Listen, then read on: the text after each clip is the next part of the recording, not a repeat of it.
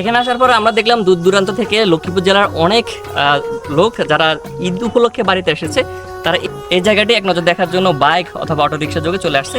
তারা নিজেদের ক্যামেরা বন্দি করতেছে সুন্দর মুহূর্তগুলো।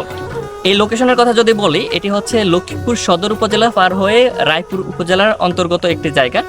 কেউ এটিকে নাফিত বাড়ি, কেউ আবার আটিয়াতলি বলে থাকে। তো রায়পুরে আপনি আসার পরে যে কাউকে জিজ্ঞাসা করলে আপনাকে এই লোকেশনটা দেখিয়ে দিবে। যদি আপনার কখনো সুযোগ হয়ে থাকে, এই মনোরম পরিবেশে আপনি এসে ঘুরে যেতে পারবেন। এখানে আসার পর যেমন আপনি সুপারি গাছের সুবিশাল মেলা দেখতে পাবেন, ঠিক তেমনিভাবে পাখির কিচিরমিচির আপনার কানে ভেসে আসবে। এখন যেহেতু গ্রীষ্মকাল, ঝিঝি পোকার ডাক শুনতে শুনতে আপনি ক্লান্ত, কিন্তু এখানে আসার পর এই পরিবেশে ঝিঝি পোকার ডাকও আপনার কাছে কবির কবিতা মনে হবে।